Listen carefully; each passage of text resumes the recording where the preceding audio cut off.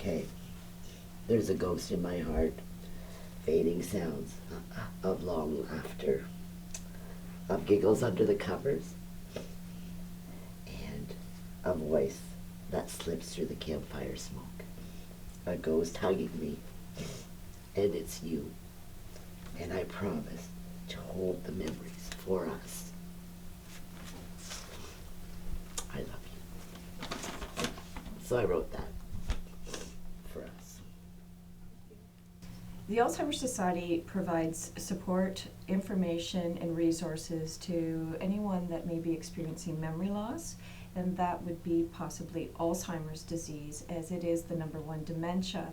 I'm Darlene, and I took care of my husband Al, and he started experiencing the disease of Alzheimer's from '04, and I took care of him until 2010 at home, and our relationship started to change from his wife to somebody caregiving.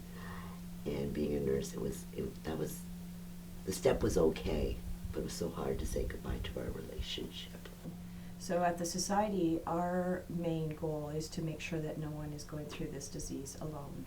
The Alzheimer's Society was a blessing, and it was a wonderful place to go because they would have programs for support groups, for caregivers, myself, and they also introduced me to people that were experiencing things along the line of Alzheimer's from the beginnings and to the end. So I had kind of had an idea where the end might bring out. They were non-judgmental.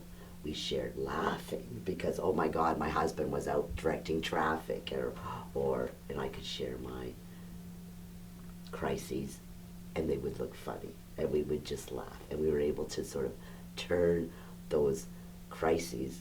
We stepped back, and we were able to at least share some laughter, some tears. The importance of getting an early diagnosis.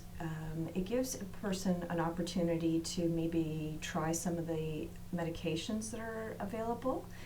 They can start looking at what decisions they want to make while they're still very capable of making them. It gives family and friends and the person also a chance to educate themselves about the disease. The more we know, the more comfortable we are with it. We went around to nursing homes and looked at them together to see which one he would like to go to, because we did have discussions about that while he could still make decisions. I think it's important for people to realize that you may have the warning signs of Alzheimer's disease. You may have a diagnosis of Alzheimer's disease, but that doesn't mean that your life is over. You're still a very able person and a huge part of your family, your friends, and your community. It's really important to maintain that connection with the community. For Al, I think it was really important as well because it made him still feel like a man, feel like his life was important, and that he could still make some decisions, like he could still order a coffee.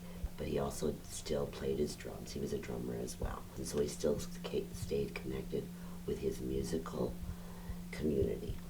So it might be planning a trip. It might be planning for the future. It may be planning for care needs down the road.